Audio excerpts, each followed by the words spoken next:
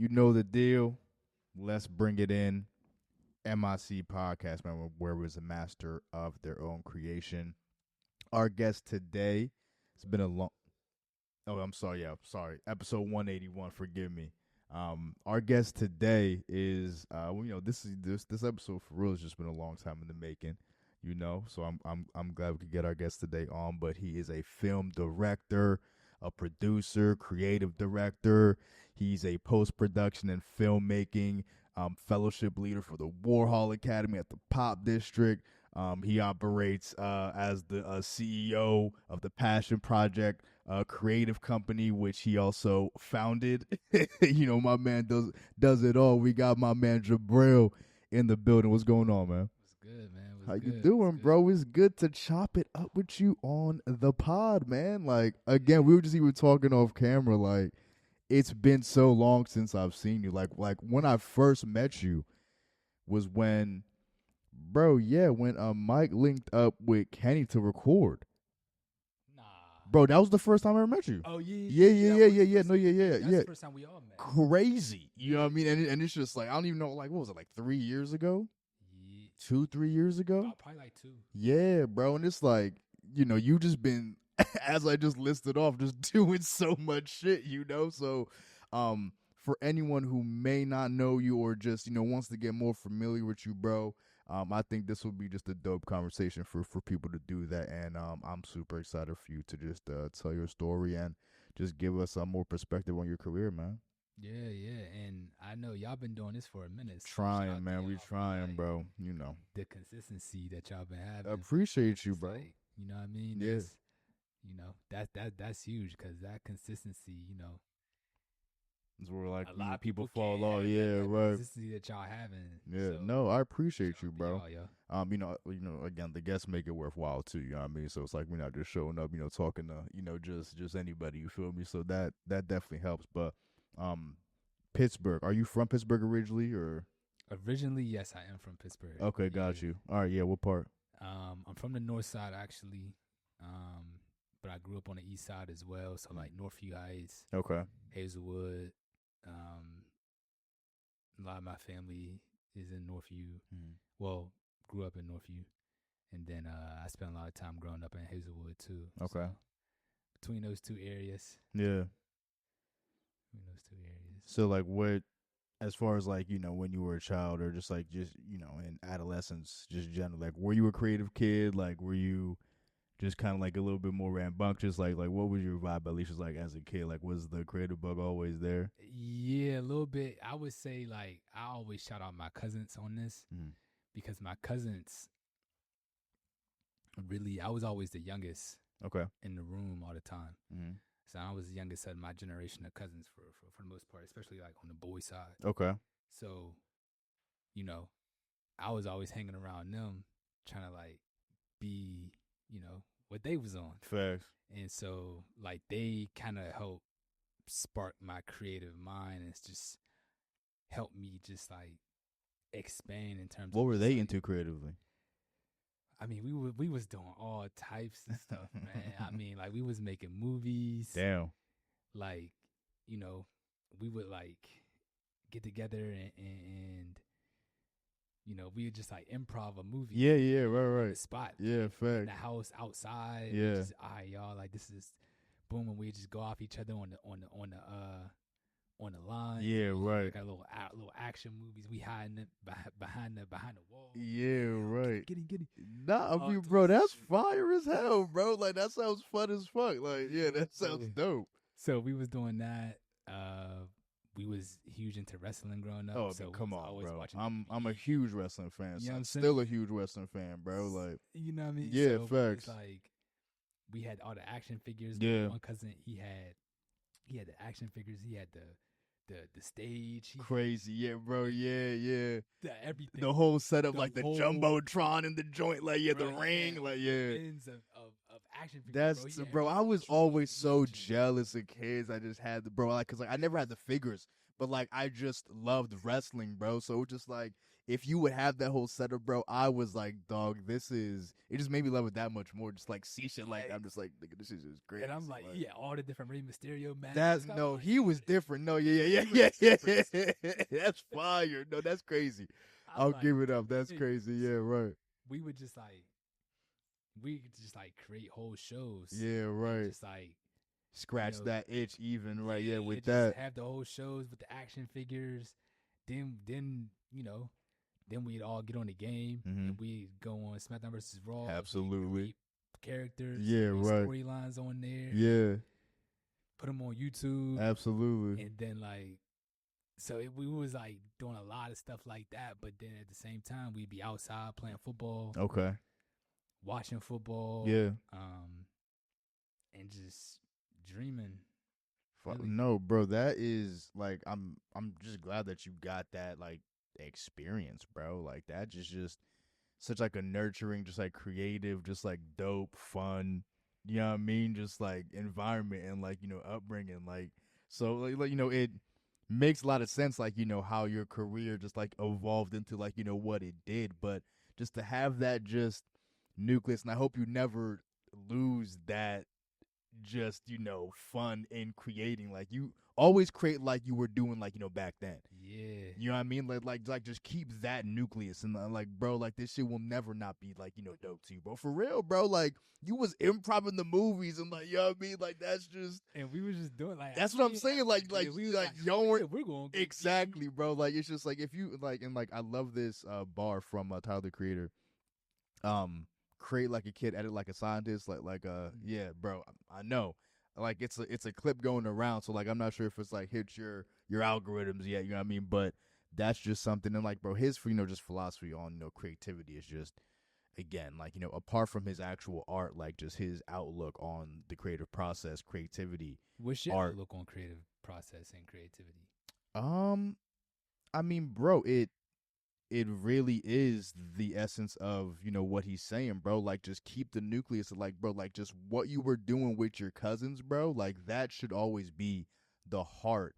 And this is idealistic, sure, like I know things as you grow and business and money gets in, like I'm not saying just be naive to all those things, but at the heart of what you're doing, bro, like create like you was created back, like that's what you want to do, like, you know what I mean? It's just like the rest will take care of itself, you know what I mean? But like don't worry about too much about like, is this like the next new dope thing? Is this like bro, just create, bro. Like it's just, trust me, like people will gravitate to what is dope. You know what I mean? You don't got to worry about that. Just like, create what you create. And then like you said, edit like a scientist, like create freely, but then when it's time to like, make sure stuff is tight and polished, like that's when, like a little bit of that like technical eye, you know what I mean? Or just like the technical mindset of just like, fixing stuff up and, just like that scientific approach to it, bro. Like if you just marry those two, bro, I don't see how you could lose.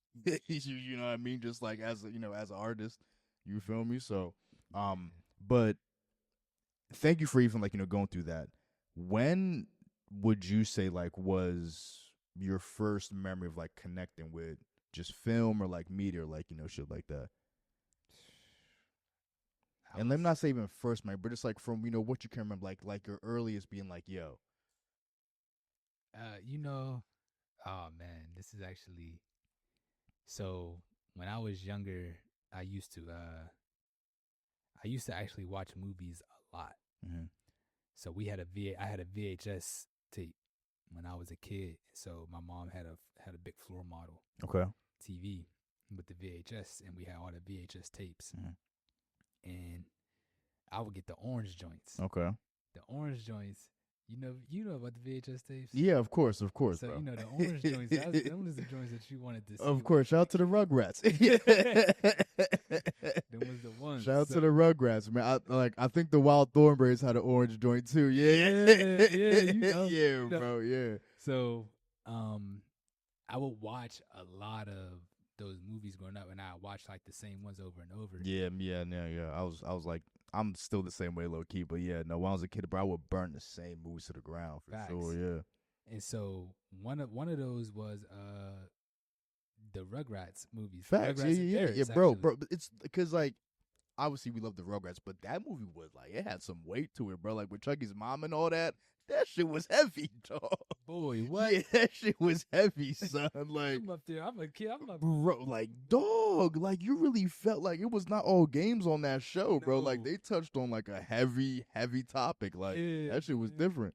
It really was, and I felt myself like engaging with the emotions that they were trying to conjure up. That's crazy, yeah. In that film, and I didn't really notice it until like later on. Of course, yeah, of course, right. But like I could tell even in the moment that like this movie was like kind of like doing something to me, and it was connecting to me crazy in a different way. And some of the things that all the kids were going through was like connecting with me in different ways, and I was like able to like pick up on it and have like some emotional intelligence about like what was going on and what they were kind of like dealing with underneath of what, and things like they were saying, things that they weren't saying. Yeah. And then from there, it was just like just watching movies and then just enjoying them. I mean, really. Yeah. And then, so I was an actor growing up. Mm-hmm. So my mom got me into theater. Got when you. I was a kid, against my will. Okay, I was about to say, like, was that okay? So you didn't want to be an actor? No. Okay, why not? Just out of curiosity. I was a football player. Okay, copy. Okay. So like I played football all the way up. I played on and off in high school. Mm-hmm. I went to college, walked on. Okay, crazy. So like, I was my whole thing. I'm like, I'm trying to go to the league. To the league, yeah, right, yeah, facts. That was my thing, right. So I really wasn't. Although I still already had. When I was a kid, I had my whole life mapped out. I already knew what I was going to do. I was like, I'm going to go to the league. Okay. I'm going to play for like maybe like 10 years. Yeah. And after the 10-year mark, I'm going to retire. Yeah. And I'm going to go do all this other stuff. Okay. So I kind of like had like kind of wanted to do that stuff, but I was like, I'm waiting on that. I ain't really trying to do it. Yeah, right, facts. But why'd your mom want you to be an actor? Well, my mom didn't want me to. So we went to a church, and it was this church that had a theater company, and so the director of it wanted me in one of the plays or something. Okay. So yeah, it's my mom. Okay. And he's like, Jibril, like, come on. I'm like, all right. Yeah, right. So I finally gave in. I started doing it, and I was like, all right. And then I started like mixing between, like, I was in front of the cam, but then I was also doing stuff behind the cam. Okay. More like technical directing type stuff. Got you. And that was cool. And I was like, all right, like, it's starting to grow on me a little bit. I kind of like it. Mm-hmm. And then, like, I just enjoy acting, like, assuming a role. Right. And going into the mind frame of somebody who I wasn't, and trying to understand that person, understand who they are, why they move throughout the world the way they do. All that stuff was just interesting to me. And so like, yeah, it was just like a myriad of things that just like got me interested in the film. Like, absolutely. I feel like no matter what, like, I was always just gonna be drawn to it. Yeah, right. Yeah, I feel like I was like, that's how you know though. Put into it. Yeah. That's how you know though. And like you even kind of like, touched on it like a little bit. And like, I feel like, every director every director's son, you get in front of the camera just in support of your own work. You know what I mean? Or just like maybe to help your vision come to life. Like, and it doesn't necessarily have to be in like a major capacity, but I'm sure if you're a director, you spent time in front of the camera. You know what I mean? On some level, you feel me? But some no. That's, and let me shut the fuck up, because you're right. Because like not every director has stepped in front of or really needs to, but I said all that to say, just like in my question, like what about directing appealed to you more than being, on camera talent? That's another thing. Yeah. I didn't set out to be a director. Okay. That wasn't when I decided to go full-fledged into this world. Like, I was really on some like, I want to do it all. Like, I want to produce, I want to direct, I want to edit, I want to shoot the thing, I want to be the cam op, like, because that's how I was taught in terms of like when I went to school. So, and when there was a class that really set me in motion on this. There was a class that I took. It was a sports production class. Got you. And so like you do have formal education in like, filmmaking, like ish? Yes. Yeah. But it's not like I didn't go to film school. Copy. I didn't go to film school. Copy. I was in the College of Communications, and I went to school for Same broadcast here. journalism. Yeah. So like, I got. What school did you go to? Penn State. Oh, for real? Mm-hmm. Oh, bro, when did you graduate? 19. Oh, bro, you was a year after me. Bro, I graduated in 18. You went to State? Yeah, bro. May? Yeah, bro. Son, I ain't know this, bro. Yeah, bro, swear. Son, this shit is crazy. Sire? Yeah, bro. Bro, yeah. Makes music, right? Yes. Yeah, bro. Yeah, bro. 100%. 100%. I met him at State. Oh, for real, bro? No, yeah, bro. I used to bump at him all the time at State, bro, for sure. Oh, that's crazy, bro. I'm pretty sure. I think I interviewed him. I was doing student radio at the time. And yeah, radio. Yeah. At the Lion, yeah, bro. In Innovation Park. Yeah, no, not in Innovation Park. At the Hub. At the yeah. Oh, Facts. That's crazy, son. Yeah, dog. Yeah. Wow. Small fucking world, bro. That shit is wild. Shout out to State Gold Lions, man. Word up. Bro, yeah, so like I'm, College of Communications too, bro. I got a fucking telecommunications degree. Oh yeah, bro. Yeah, crazy. Yeah, dog. You know Gary Abdullah? Yeah, bro, of course. That's yeah. Bro, of course. Bro, no, crazy. That's fucking insane, bro. We're in the same like college. That's fucking nuts. Like the same literal major. That's fucking crazy, bro. Shout out to wow. We're probably in like each other's classes on the low. Like that's so wild. Because you're only a year after me, bro. Like we had to have been in like the same class. You're 19. I was 19. No, I'm 18. Oh, you're 18. Yeah. Before me. Yeah. Facts. But like, just still, even like, if we were in the same major, bro, I'm sure we were taking like comm law or some shit like that. Or right. Crazy. Wow, dog. I know, right? That shit is nuts. I like. Oh, no. Yeah. So like, you said like you didn't go to film school. Yeah. So I went to State. I was broadcast journalism. So okay, it was word. Like, it is not film school. Yeah. No. For sure. 100%. Right. Yeah. Facts. But it did. The sports production class I took really allowed me to get experience putting together a full feature story package, in which I told a friend story of mine who had like a freak injury. He played baseball at State, and I told his story and how I packaged it up and everything. Like the response that it got from the entire class, including the professor, was just like, "Oh, yeah, like this is really, really good." Yeah, and so I was like, "Oh wow!" Like, and I saw myself through the process of making that short feature story. It was like, I was like, "Ooh, I really enjoy doing this." Like, I love finding stories or coming up with stories and like figuring out the vision for them and how I want them to be, and telling stories that I felt like were important or stories that I felt like needed to be heard, or even my own story. And I'm like, yo, I just want to keep doing that. And so, we were just taught to do the whole thing. Right. In that world, in the broadcast, in that world, you're like, you're a jack of all trades. You're trained to be a jack of all trades. Whereas like in film school, you're going to be taught to like be great at one thing. So you're going to be taught to be great at camera, DP, right, or at directing, or at, like whatever that writing, like whatever that is, that's what you're going to concentrate on versus like we had to do the whole thing. And so that allowed me to like just explore and want to go deeper and learn more and do more and like do all the things. And then from that, I was like, all right, I built up a little bit of experience. Right. And I was like, okay, I think I'm ready to like add more people into this, but then I started to learn what I like, what I don't like, what I want to do, what I don't want to do.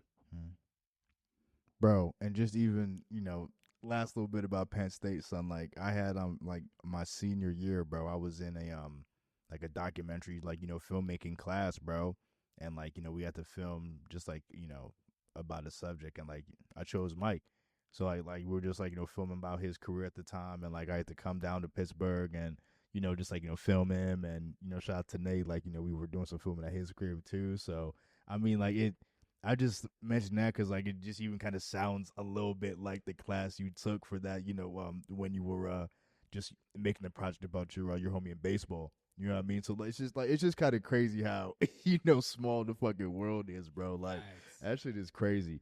So like, was it just like YouTube University once like you just kind of went out on your own and like decided like you wanna tell stories like via film, or just like Yeah, a little bit. I mean, even in that story that I told in college, there was things that I did with that project that the professor couldn't even give for me real? Oh, guidance. He was like, I don't really know. Like I was like going into After Effects and like doing stuff just in After bugging Effects, out, right? Yeah, right. Because I was just like, yo, this is crazy. Yeah. And I could tell at that time, I was like, oh snap, this is like, I'm like, oh shit, this is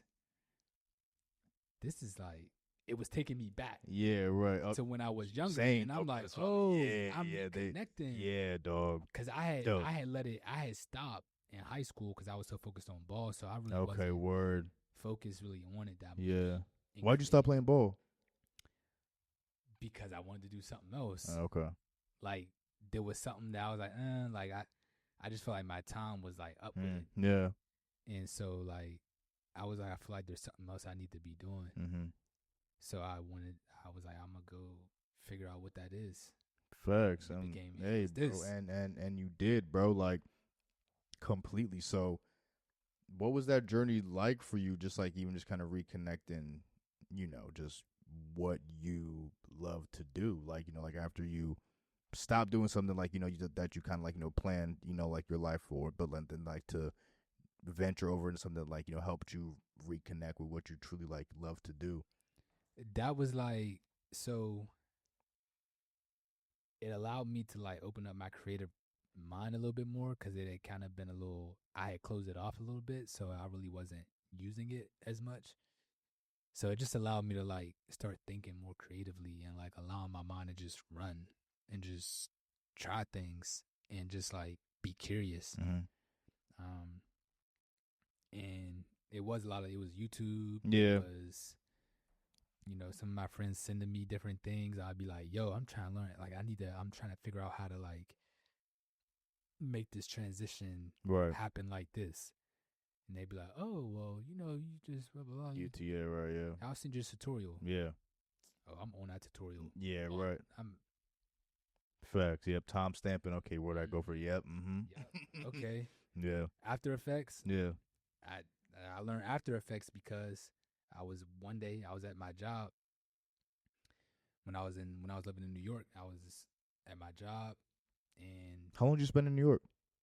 About like a year and a half, something like that. Got you. And you just moved out there for work, or just okay? Word. All right. At the time I was working for the NBA. That's far. And I was like a production assistant, but like I was like coming up with project ideas, helping with the NBA mobile app, all that type of stuff. That's fucking crazy. And so I was sitting there one day, and I was seeing like ESPN, and I seen like this the Raptors dinosaur. He like broke through the paper and he dunked the ball and all this, and I was like, yo, how are they? Yeah, facts. Yeah. Like, how the fuck? What the fuck? Yeah. How? And my boy Isaiah, he was sitting next to me. He's like, oh yeah, they just After Effects, keyframe. You put this keyframe here, you put this keyframe there, and then that's how you do it. And I was like, nigga, what? How? Yeah. He's like, I'm gonna send you a tutorial. Yeah. So he pulls up all these different tutorials, and I was like, yo, send me those. Yeah. He started sending them to me. Oh, I'm it's learning. Lit. Yeah, it's lit. Yeah. I'm just learning. I'm like, yo, this is so crazy. Yeah. So for me, it was just like, again, opening up my mind of like what I can do with video. Absolutely. What I can do with film and story. And yeah. It'll just allow my brain to just like, shoot, Just go. Yeah. Like hitting the candy store. Yeah. Listen to my your bag. Yeah. bag. Facts. Yeah. And so, it just a lot of my work, especially early on, was just me being resourceful and me being like not afraid to try something new. And I think that's what set me apart when like I'm transitioning now a lot from like a lot of documentary work. I'm transitioning from that, but in that work, a lot of it was very much like stylized, meaning that like I was setting up I was doing the interviews and then picturing what visuals I wanted to go with that. Okay.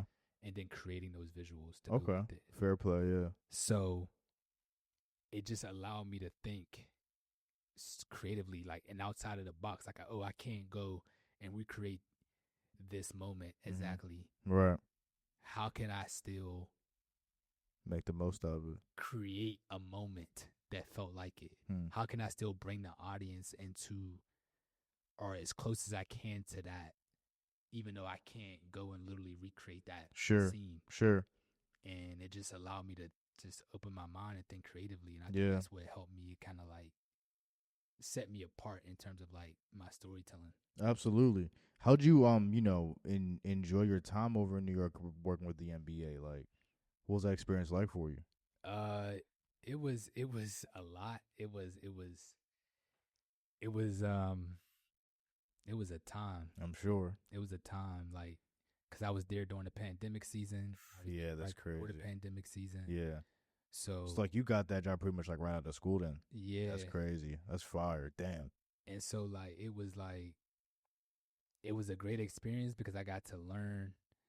One thing I like to do is I like to learn. Like that's one of my favorite things to do. And there you go. Like ear hustle, but in a way that's like I just like to pick up on information. So I would just walk around the office sometimes, go to like, let me find somebody in the marketing department. Hey, how does your role correlate to like what we do over here? And like just talk to different people. Friends that I'm still friends with to this day. That's literally helping me on this project. That I'm dope, right bro. Now. Yeah, I mean, bro, that's what it's about. You know what I mean? So it's like I made dope relationships with people, and I learned a lot about.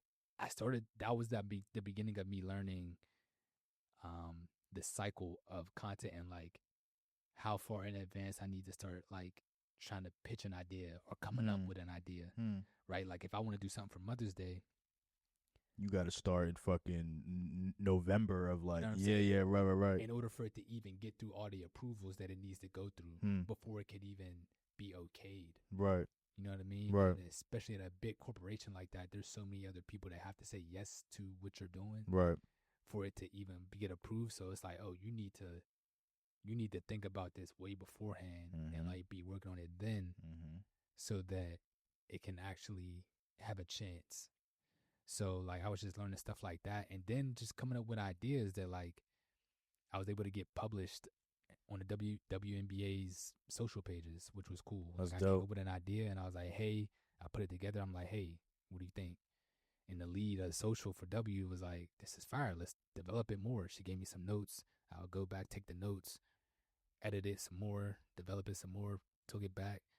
This is good. You know what I mean? And so like, I learned how to just, it was very fast paced. So I just learned how to like, keep up with the pace. And it was. Was that a challenge for you? Like just like the pacing of that? What'd you say? Was like the pacing a challenge for you, would you say? Or was that like hard to adjust to? Yes, simply because like I had two teams that I had to follow all the time. Okay. One of those teams was the Lakers. Okay, well there you go. I mean, them alone is like, I'm sure they could, cover a full week, you know what I mean, of work, bro. Like they're on the West Coast. Yeah, right, yeah. Oh, so like the time is it's crazy. Yeah, facts. So I have to like be up for their account. games. Yeah, bro, yeah. Damn, son. Starts, what I'm yeah, saying? Bro. Damn, son. Yeah. So that's like, different. I definitely what was the other team? Can you say? Cavaliers. Oh, the Cavs. Okay, all right. So they wasn't doing that well at the time. It wasn't doing much. Hey, Colin Sexton was doing his thing. Colin got a few clips up there. Yeah. Okay, word. Nah, but I mean, son, LA 2019 into 2020. I mean, we know what happened. They won the big one. Exactly. So that was a cool experience. Yeah, facts. Teams winning a championship my first year. Crazy. No, yeah, it's probably different. So that was cool. Like being a part of the bubble experience and like what was that like? Come up with I was in the rooms coming up with what we were gonna do. Okay, word. Wow, that's crazy. So, I was in those brainstorming sessions. That's fucking nuts, bro. Oh, how do we want to do like fan experience? How do we want people to engage? Who are some sponsors that like? How could we activate fans even though they're not in person? Ooh, is in the local regions, like, is there a local business that we can work with and partner with to like do a fan activation? Right, yeah, shit like that, yeah. How do we keep people engaged in that type of stuff? So like, I got a lot of experience in that short amount of time. Oh yeah, bro, I'm sure. Yeah, like I'm sure like a year doing that was like 2-3 years anywhere else. You know what I mean? So, and bro, shout out to you, man. Like I'm real proud of you. Just like even fucking talking to you through this conversation, bro. Like that's like incredible, bro. Like you're doing some dope shit and have done some dope shit. And even speaking on that, I do want to get in with your time at the Pop District, bro. So again, as I mentioned earlier, you are the post-production and filmmaking fellowship coordinator for the Warhol Academy, bro. So just kind of speak into how you initially came into that role and how it's been for you to be in a kind of, now you still like you love learning and soaking up game and ear hustling, like, all that good stuff. Now, how is it to be on the opposite end where people are trying to ear hustle from you, learn from you, I love it. Because I'm still ear hustling. Yeah, of course. It's like never not a student. What is cool is like I get to give other people the game that I'm getting, and then in turn I'm also learning from them. Like there's things that. How'd you initially come into the role, like before you get into that? Yeah. How'd you initially get into the position? So I went to I used to go to like their networking events. Okay. The network factories that they used to have. So I met the post production supervisor at one of those networking events, and I was talking to another lady actually, and she was there, and I was just telling the lady like what I do, because I was doing some work with WQED at the time too. Okay, and she just overheard me, and we just talked, chopping it up, yeah, exchange, blah blah blah, and then time went on. Months, a couple months went by, but I had my film screening for the last project that I did. Called It's In You. Yep. And so when I was doing like the sending out invites and trying to tell people about the film screening and all that stuff, I guess it came across her email or something like that. Okay. So she ended up just reaching out to me like, hey Jibril, like, there's a role that's gonna be opening up soon. I think you'd be perfect for it. Yeah. So we went and had a conversation, and one thing led to another, and I was there. You got the role, yeah. And like, how long you been doing it? Like close to 2 years. Dope. That's fire, bro. And just like as you were going in a little bit there, like how is it now being on the teaching end? Yeah, I mean, yeah, I enjoy it because I get to again just like help others get better and sharpen their craft,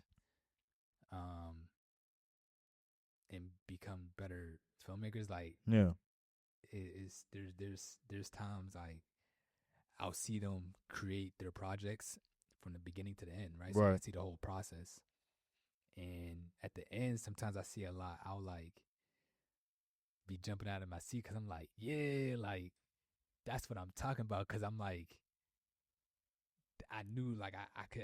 You seen the growth. You, yeah, right. And like you're giving it to me. Yeah, you're right. Giving me what I wanted. Yeah, yeah, right. It's good, and so I'm like, I'm just proud of them for like that's fire doing that and putting the work in because it is intense. And it's also cool because I get it like helps me develop and learn how to just lead teams better. and like lead a creative team better, and like how to, you know, communicate, how to troubleshoot, how to work through issues, like how to help, how to, you know, just help them achieve something when I'm not the one creating it. And, you know, I can't pick up the camera for them. I can't be the director for them. I can't be, you know, in a sense, I have to be like executive producer in a sense. And so just guide them through and give them tips, give them tricks, and allow them to make their mistakes, but then allow them to grow from that. So like, it's really, really cool. Yeah, bro. And like, what do you have any particular teaching, like leading style? Like, how do you go about, you know, running that? I'm more so like,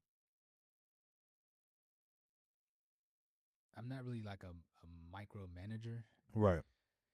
I'm more so just like, hey, we're gonna go in, we're gonna go over some of these things. Like we already have like a curriculum and all that type of stuff. Right. So like that's kind of already there. That framework is already there for me. Exactly. So it's me just going in doing that, and then from there it's like, hey, if you want to get extra work in with this, hit me up. We can set aside some time and figure it out, and we could troubleshoot. And then it's a lot of me like, and sometimes they probably get frustrated at me sometimes because I don't like to give them the answer. I like to help them figure out the answer themselves. Right. I mean, as any good teacher. For real though. You know, Yoda don't just give the answers. He's like, you know what I mean? And he talks backwards. So you got to figure that out too within that. Like, you're like, all right. It's like, so do we kill him or not? Like, it's like, what do we do? It's like, so I'm like, yeah, like, you know, yeah. What do you think? Yeah, right. All right, man. Think what you. Yeah. It's like, you know, like, right? Yeah, right. Yeah. All right. Nah, but no, 100%. So, yeah, I'm kind of just like, I want you, because my thing is like, I could give you the answer. Yeah, that's not. But if I give you the answer, you gonna come back to me again for the answer again. Exactly. Because that was too easy for you. Yeah, and because like you don't know the answer. Like you were just looking for the answer so you could just get past whatever blockade. Like you didn't actually, you know, do the steps to overcome whatever you was, you know, trying to figure out. You know what I mean? So like it doesn't help you. Like because like it's not gonna be the only time that like you face this again. Exactly. You feel me? Like yeah. So no, I'm not finna give you that. Yeah, right. Go find that. Exactly right. You know what I mean? So yeah. Yeah, no, I mean, bro, you know, again, just like as any good teacher, you know, would, but I'm just curious too, like, is there any facet, you know, of the fellowship or just really, you know, just being involved with the pop district that has helped, you know, the approach to your, you know, craft personally? Oh, a lot. Yeah.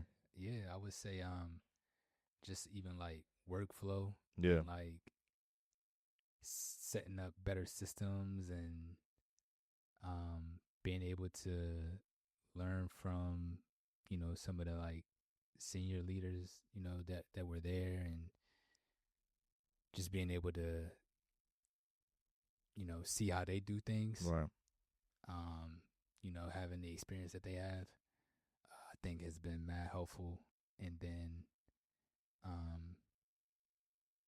yeah, I would just say just like workflows and systems. Yeah. And, you know, understanding how to run, you know, such, you know, a team like that. Absolutely. Teams and stuff like that. Yeah. Has been like super, super helpful to see. 100%. What do you think? Because I know like the Warhol Academy itself is like a relatively new addition to the pop district, correct? Well, the pop district is well, yeah. I'm sorry. Yeah, no, yeah. That's what I meant. Like the pop district itself is like a relative, like, you know, recent development. You know what I mean? Just like as an extension of, you know, the the Warhol. So, what do you think having a resource like that, you know what I mean, like means for the city? Just like even like you know, going forward. I mean, it's cool. You know, it's cool that there's a place that, you know, that is able to support young creatives, right, and you know, help them be able to learn, but also like give them some money as well, because artists need money. well, I mean, of course, yeah, that's the Career, eternal battle, yeah, right? Yeah, facts, yeah, we need paid. So, yeah, allowing them to get paid, but also like have a standard, hmm, in terms of like the quality. right, Yeah, it's dope, and they get to like learn on some like top notch equipment. yeah, right, Equipment that is Netflix approved. yeah, Things right. like that. So, it's dope. Yeah, facts. I wish I would have got my hands on that equipment when I was young. I was, bro, like I was about to say, like if something like this was available to you, just when you were younger, like who knows where that could have fucking, taken you or whatever. Like, hey, state. bro, Got I some was equipment. literally about to say, bro, the shit that we had up in fucking college was nuts. Some of the facilities that we had just access to, like, is crazy. But you they got FX3s and all that now. I'm not even hip. No, like I'm sure it's of like I'm sure it's of all. That's crazy. I wasn't even hip. I mean, but like it again, it goes to show you, like why they were, asking for whatever tuition they're, fucking asking for. You know what I mean? For year to year, but just even again, bro, in our time, like when I was doing student radio, bro, again, they would just give me the boat, like the whole joint, like like me and my co-hosts, like. And we were just like, yo, so we just run this one for 2 hours. Like, obviously there was like no oversights and everything, I mean, but it's just like, it was just us in the joint for 2 hours just running the show. I'm like, yo, this shit is crazy. So like, what the fuck? This shit is fire, bro. And like, bro, even I'm at Innovation Park, bro. Mm-hmm. Like, bro, that whole setup is crazy. Like, bro, that's all. Bro, all that got moved to campus. Are you serious? No, that's not. See that? No, that's fucked up, bro. Because I have to take an Uber out the fucking. That shit was taking that. I was taking that loop, son. Yeah, dog. I was taking that loop. Dog. I had to fucking Uber to fucking Innovation Park, son. Like, bro, like sometimes a loop, but like Uber when I could, like. But bro, that's crazy. They just different out there. Too. Different, bro. And it was like, it was just the whole thing. I'm mad they brought that shit back. Why couldn't y'all just do that before? Yeah. Like, what the fuck, son? Nah, man. But no, you are completely right. Just from the Potters, even to like fucking Penn State, bro. Like, like you said, just even the improvements they've experienced since then, bro. The resources that they have, and if there's anyone going to Penn State watching this, bro, please take advantage of that, bro. You will not get that anywhere else. Please rest assured, bro. Like, you are in a very, very unique, special spot when it comes to that stuff. And so, the network. 100% the network too. Just take advantage of that. Do not take any of that for granted, bro, because here, this is a product of that right here. You feel me? So shout out to that. Shout out to State, man. Go Lions, man. That football season starting up soon.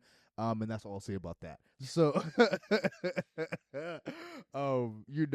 like any good teacher though, right? Like, were there moments that like you learned from people in your fellowship?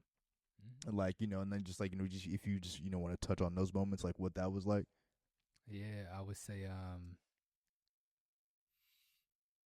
a lot of what I learned from them is like things that,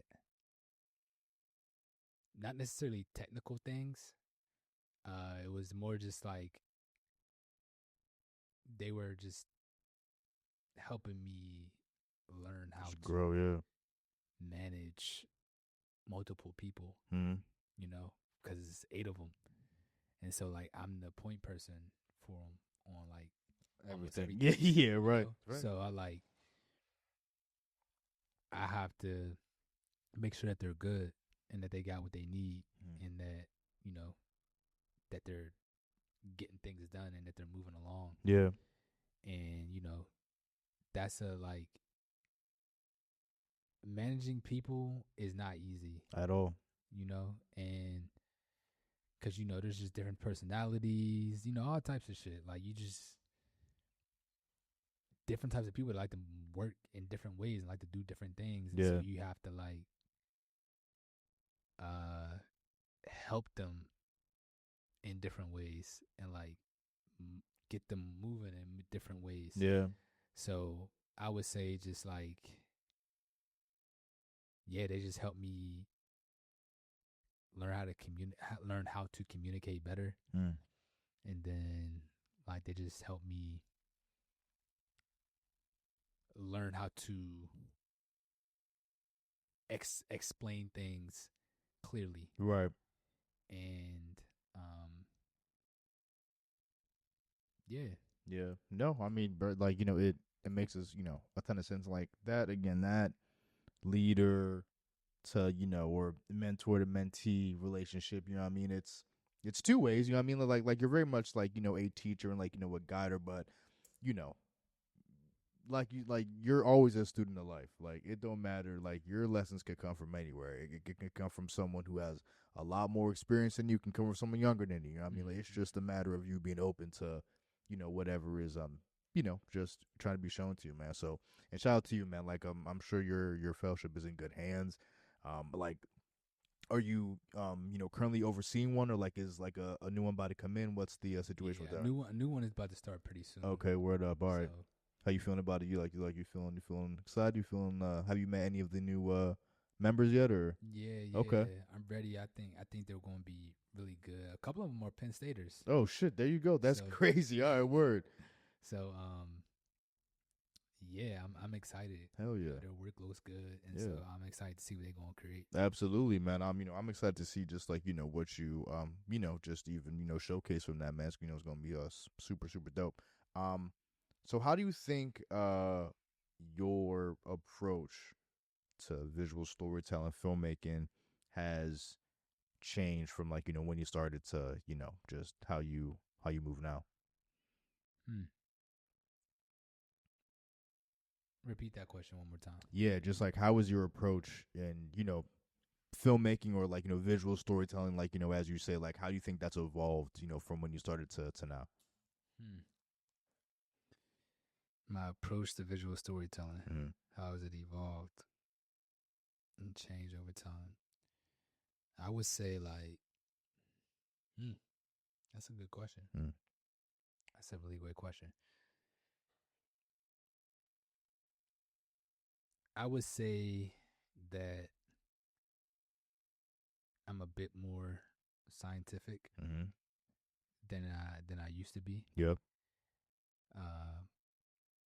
Because I'm finding methods. Right. At the same time, allowing myself to still not be so closely tied to the method, to allow myself to still think, be free. Yeah, I did when I first started, and I was like, "Oh, let's just try." Exactly, bro. Exactly. It's what Tyler was saying, bro. Exactly. But I do see it saves time when you have a method. Sure. And it helps a lot. My creative brain. But I would say I also just I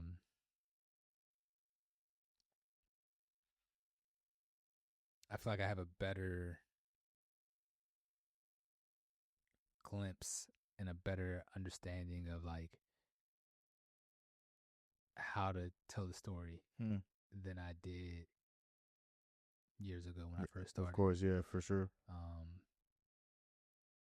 I would say that. Yeah, facts. I mean, great answer. You know what I mean? Like what, in your opinion, are like the keys to, telling the story? And this is all just from your personal experience, like opinion, like. So the keys to telling a story is like one is like you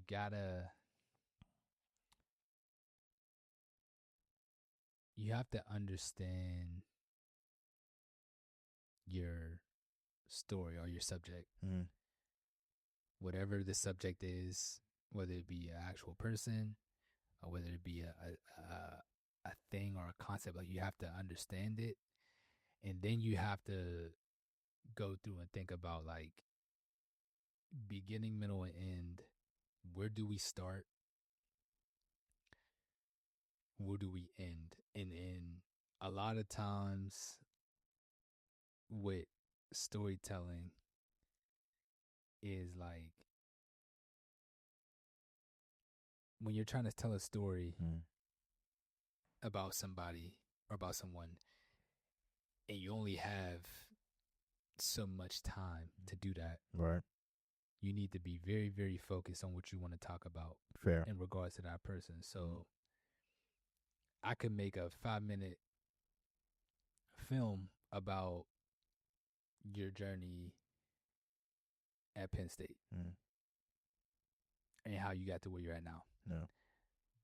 Now, if only have so much time. So what I'm not gonna do is try to go in on, oh, let's go back to your childhood. But yeah, right. Also, let's also talk about, that burger you ate before. Right, you, that burger. Yeah, right. Yeah, facts. Let's also talk about, what you were doing on summer breaks. Yeah, right. I need to streamline it and make it like something very specific. Right. So it's like you started here, and then this led you to this, and then this led you to the end. And what I mean by that is like, if it's like, hey, you worked at McDonald's, then you started working at Burger King. Right. Okay, cool. You're here at McDonald's. Right. I'm only going to talk about your journey and specifically things that have to specifically do with your transition to Burger King. Right. I'm not going to try to talk about anything else because then it's going to get jumbled. It's going to be too in the way. Incoherent at times, like, yeah. What I did with one of my episodes, and it's in you, is like I talked about Manasseh and his journey of like, just being free. Yeah. So I'm like, okay, he went from being a football player to being an educator. Right. Okay. I'm not going to talk about, and I made it was a very easy for the audience to follow. So I didn't go all in on his whole career in the NFL. Right. I didn't need to do that. Right. I just needed to go, okay, we started at, he was spiraling, things were getting out of control when he was playing ball. Boom. Then that led him to rock bottom. Okay. He was at rock bottom. Then he started doing a bunch of research and looking into all these other things. And then from that, he said, okay, this is what I want to do. Right. Boom. Now we get to the school. Right. And that is like a streamlined thing. Yep. So I would say that. Yeah, I would say that. Yeah, no, I mean, bro, that was an incredible answer. I think there are actually some people at Marvel Studios that actually want you to talk to. They could maybe, use your direction, your guidance. Just a personal thought of mine, But we'll move on. Just the story starts from A to B, pretty simple. I don't know, man. Some stories just Listen, bro, I don't know, man. I don't know, son. But seems pretty easy to me. You broke that down eloquently, so I don't know. But anyways, you mentioned this In You series, fucking beautiful series, by the way, man. Incredible job, and you've been working on that for a couple of years now, right? About like 3, maybe 4 years. I worked on that for like probably like a year or something like that. Oh, yeah, okay, yeah. Maybe I'm just thinking of like the YouTube page as a whole. Yeah, the rollout and everything. Yeah, okay, word. Like okay, copy, got you. Like so what just even led to, you wanting to do that series? So when I did that series, and just for and not to cut you off, but just for everyone who may not know what it is, if you just kind of just give a brief little explanation on it. So It's In You was a series I started and that I produced a couple of years ago that was just based around personal growth and career success and the tie between those two things. And I took people from the arts sector and the sports sector and just did a personal story on them. And I was just coming from my own journey and just thinking about things that like I was going through at the time and figuring out. And I wanted to tell other people's stories around that too, and give people something that they could take, think on. And so that is how, that is like the synopsis of that. Yeah. What was the second part of your question? And just like what led to the creation of the series, like. Yeah, that like that series I created, just I was in a place of growth myself, and just seeing how like my own growth was correlating with the things that I found myself being into, wanting to pursue from a career perspective, right? And I was interested to see what others' journeys was like as well in that regard. So I reached out to a couple of people that I knew had some like interesting journeys, and just sat down and talked to them. And it's a really, really deep series. Like when you get into that, they have a lot of different gems that they talk about in terms of just like things that they had to overcome and face within themselves and externally, and how that kind of changed up their whole path in terms of like what they wanted to do with their careers. Yeah. So that was the reason why I made that. I feel that. Like when you were, making that series, like did you feel any particular like aspect like your craft being tested, or like were you pretty settled into, like the way you were making films at that time? I had found I had pretty much gotten a cool method at that point for that series, because I was like, I already had an idea of what I wanted to do. I knew how to execute it better. Facts. And so I feel like I executed that really, really well. There was still a lot of improvement, but I executed that in a way that like felt comfortable for me. But it was also a spring, and it was set, that project was setting me in motion for the evolution of me as a filmmaker, right? And like the things that I'm doing now, right? And things that like I want to continue to do moving forward. Facts. Yeah. What's the longest film like you've made? The longest? This one that I'm working on now. Which one you working on right now? And like reveal what you want to reveal. Like you don't got to give it up, but right now I'm working on a project, and it has to do with culture. And it has to do with just like observing Black culture and the culture that I grew up in. But it's a narrative film. It's not a documentary. So it's different in some respects in terms of how it's set up. Because obviously, like I wrote it, and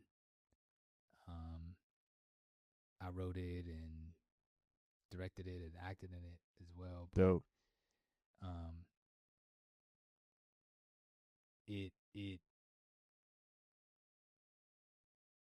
It's the longest project that I'll have made for sure. Yeah. But before this, I would say the longest project that I've made is probably like maybe 7-8 minutes. Okay. Something like that. And how long is this one about to be? This one is like going to be like 10, maybe 15. Okay. Something like that. Yeah. But it's going to be my first narrative. Okay. Yeah. Done. Got you. So like you're just stepping away from like the documentary style for like a little bit and really getting into like a more creative bag.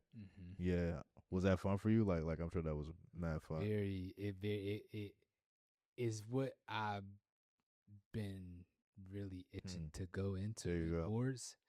And so